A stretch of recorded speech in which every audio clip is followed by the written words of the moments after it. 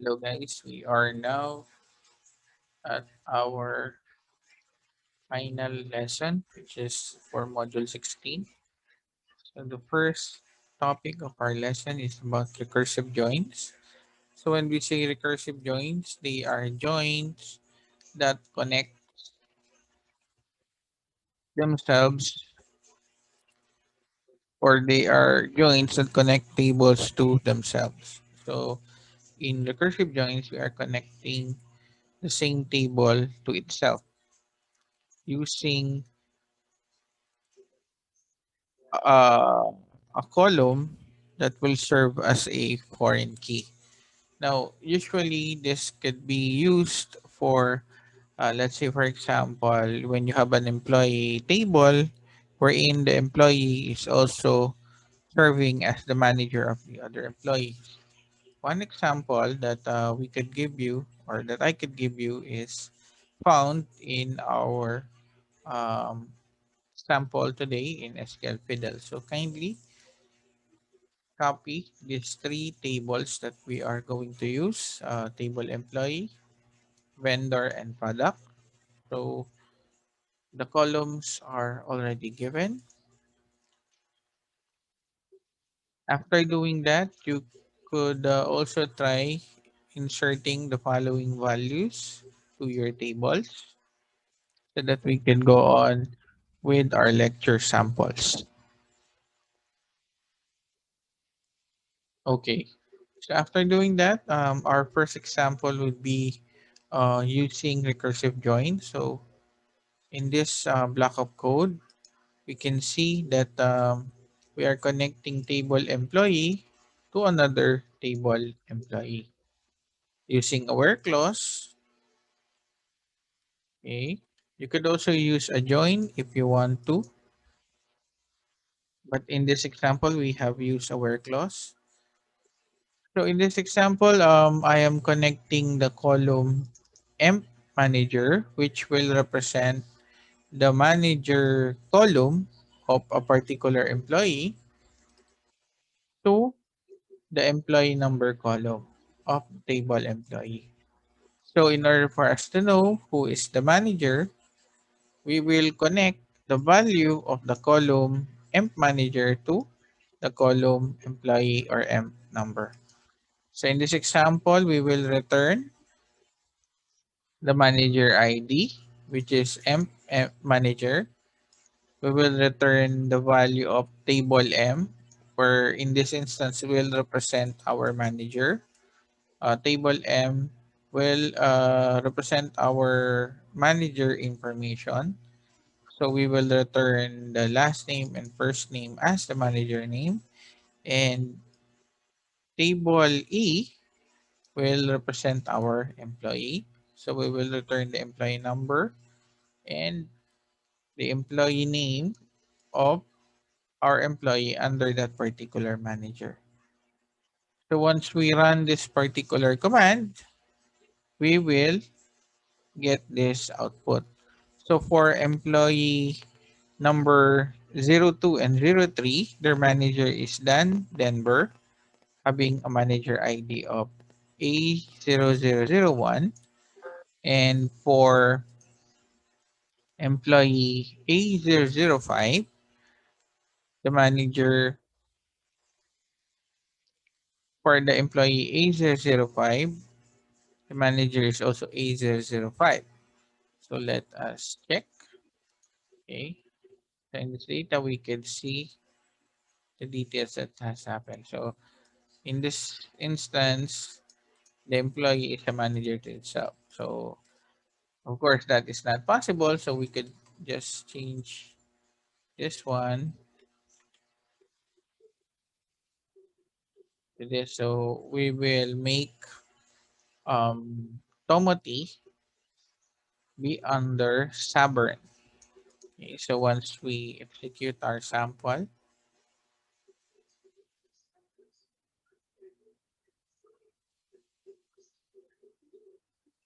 okay, so you see that Tomiti is now under tavern. So that is how you would use a recursive join.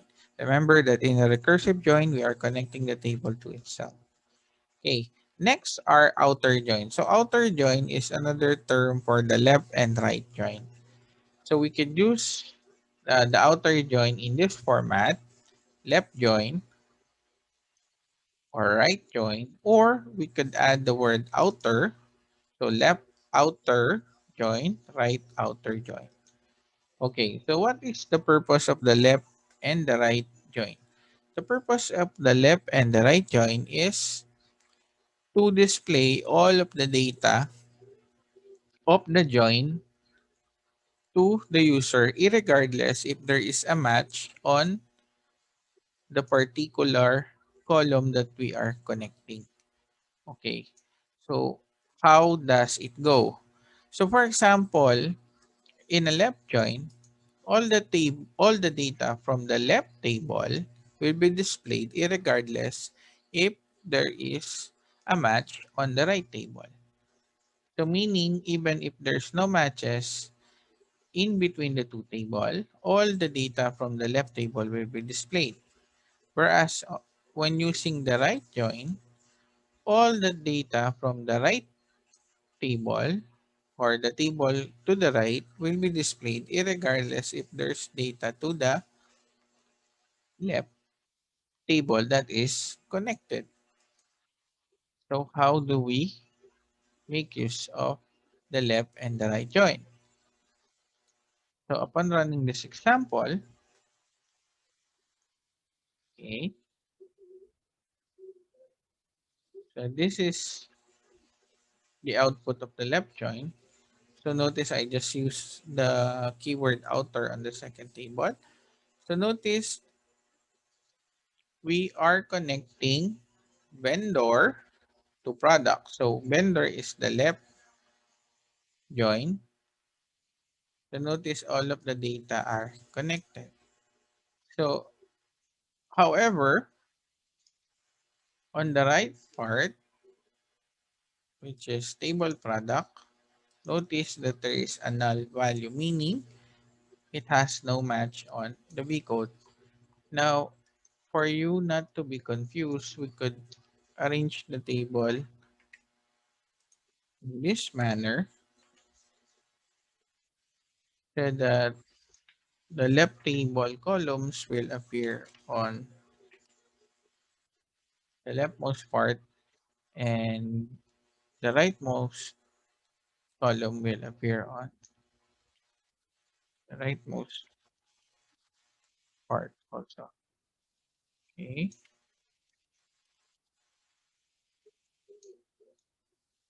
Upon executing the code, let us check again. Okay. So notice when using the left join, all the columns from the left table will be included. So 1, 2, 3, 4, 5. Vendor code, we have 1, 2, 1, 2, 3, 4. Okay. So 1, 2, 3, and 4. Okay. On the product side, notice that because this particular area has no match, if we check, okay, in this column, there is no vendor code, okay, will not be displayed. However, all the product code that has matches will be displayed, okay, and all the vendors will be displayed because they are on the left part. On the right join, okay, on the right join, all the data on the right table that is requested will be displayed regardless if there is no match on the left table. So notice here, MA03 product code has no vendor. So the V name and the V code, which is from the vendor table, will be null. Okay. Next is union and union all. Okay, now what is the difference between union and union all? When you use union, all the repeating columns that has all the columns that has the same value will not be displayed, meaning the value will only be displayed once. Okay, when you use union, only the unique values of the two tables will be displayed. When you use union all the values of the union table will be displayed regardless if they are repeated.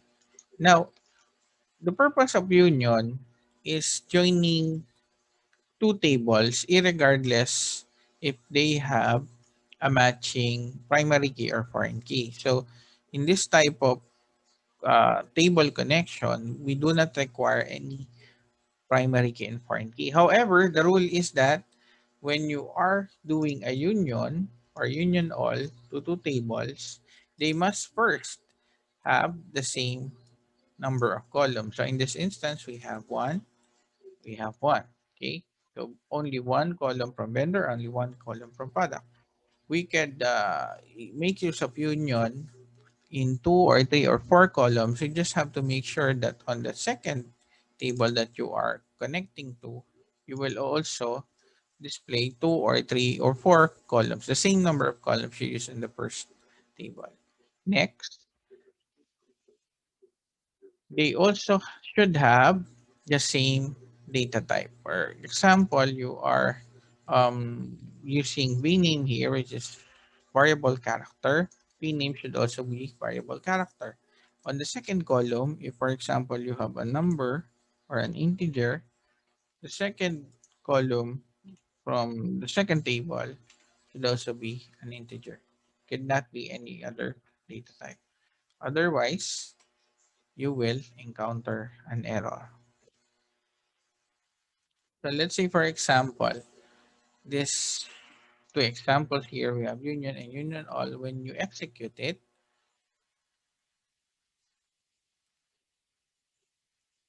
okay, this will be the result. Okay, so notice in union, we have 1, 2, 3, 4, 5, 6, 7, 8. Okay, while in this union all sample, we have 1, 2, 3, 4, 5, 6, 7, 8, 9. Okay, ICER, which was repeated, was not displayed twice or only was displayed once in union, whereas in union all the instances that it was returned will be displayed. So what will happen if we try, for example, to do two columns on the first table and then just one column here?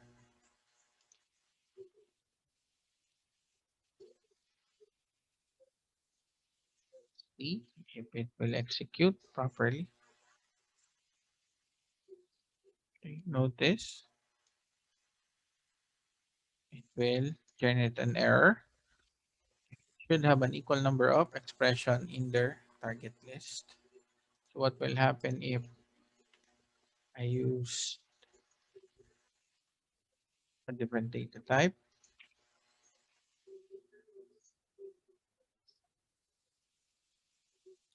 Same error. Conversion failed when converting the varchar value to data type int. So they should have the same number of columns as well as the same data type ordering on those columns. Next would be intersect.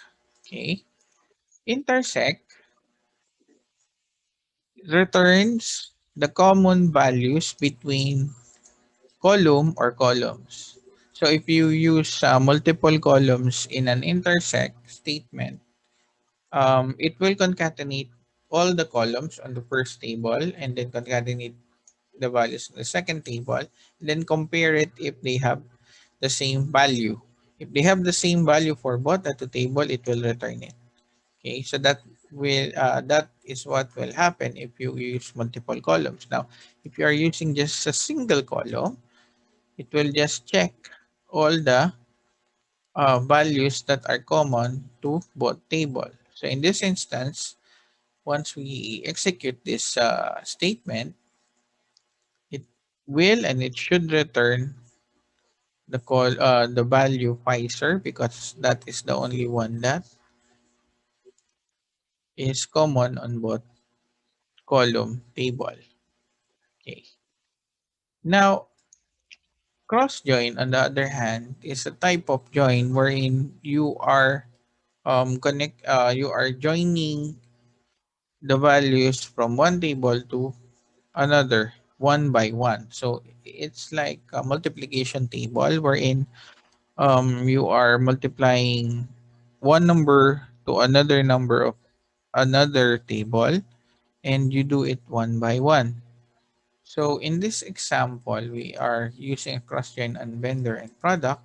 Now, because our vendor has 4 rows and our product has 5 rows, so you multiply that one, we should have at least 20 records.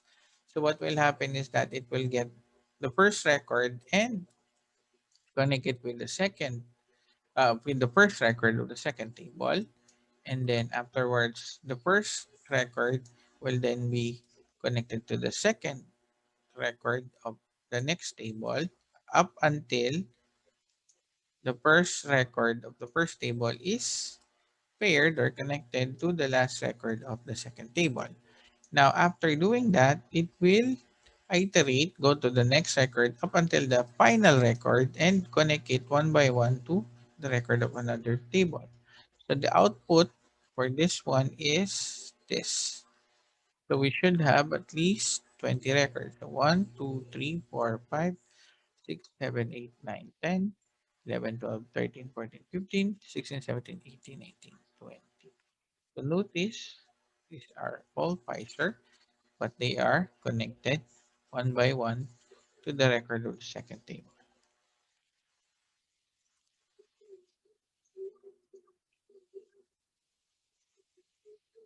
Next, okay, so this will be our final lecture, which is correlated subquery. The other samples that were given in here, if I'm not mistaken, were already discussed in the past or in the previous units, like in subquery. We could use the in subquery to get the value using a select statement. Okay. And then we could also use select subquery for inserting, updating, and deleting. So these are the sample in here. You could use select subquery to insert value from one table to another. You could use select subquery to update the value of a particular column. Then in this one, we also use the in subquery. And then we could also use it to delete data from another table. So the last topic will be correlated subquery. So a correlated subquery is just like nested loop or a nested for loop. So we are connecting one variable to another variable which is outside that particular loop. So in this example, if just to refresh you up on nested loop, in this example, we will start with a value of 1 for x, and then it will go inside the loop of y. So we will have a value of 1 for x and 1 for y. So we will have x is equals to 1, y is equals to 1. After doing that, y will increment to 2. So x is 1, y is 2. Then it will increment to 3. X is 1, y is 3. Then after doing that, it will go back to x. But this time, x will have an incremented value of 2. And then it will go back to the inner loop. So x is 2, y is 1. And then loop again for y until all the values have been exhausted for the outermost loop. Now, for a correlated subquery, we could actually use a correlated subquery in order for us to extract particular data from a table. Okay, in this example, we are going to find all the product wherein the units greater than the average of the units wherein using the same table but having different prefix. So the outside table is ls and then the inner table is la. What we're doing is connecting the code and then getting the average line units and then using it to get all the line units that has a greater value than the average line unit. Okay, so in this example, we want to know all product sales in which the unit sold value is greater than the average unit sold. We can also use the correlated subquery for exist. Remember the function of exist. Exist, this particular statement will only be executed once the select statement inside exist returns a true value. However, using correlated subquery, we can specify, in this example, we want to know all customers who have placed an order lately. So using the customer code from table invoice and then connecting the customer code from table invoice to the customer code of our table customer which is found outside. And then when this is true, it will return the info of the customer. And then lastly, we could also use correlated subquery to check all values or all vendors having a product having a quantity on hand which is less than the minimum quantity multiplied by 2. So in this example, what we did is use an exist subquery and then get all the product where the on-hand quantity is less than the minimum quantity multiplied by 2 and connecting the product vendor code to the vendor code on the outside table. So for our concrete examples, we have okay, here. So this is the same example. The first example, okay, the first example just returns the vendor and the vendor name. All products having quantity on hand less than the minimum quantity multiplied by 2. So once you execute it, okay, we get the vendor code and the vendor name. Now, what if we want to return the actual product together with the vendor and the quantity on hand and the minimum quantity? Now, what I did was on the outside query, I did an inner join to vendor and product, okay, using B code. Now, take note because we are also using um, table product for our correlated subquery. I use a different alias for the correlated subquery table product against the table product on our outside query. So what happens when we execute this one is that instead of just returning the vendor, we also return the particular product together with the details of the quantity on hand and the minimum quantity. So that is how you would use a correlated subquery.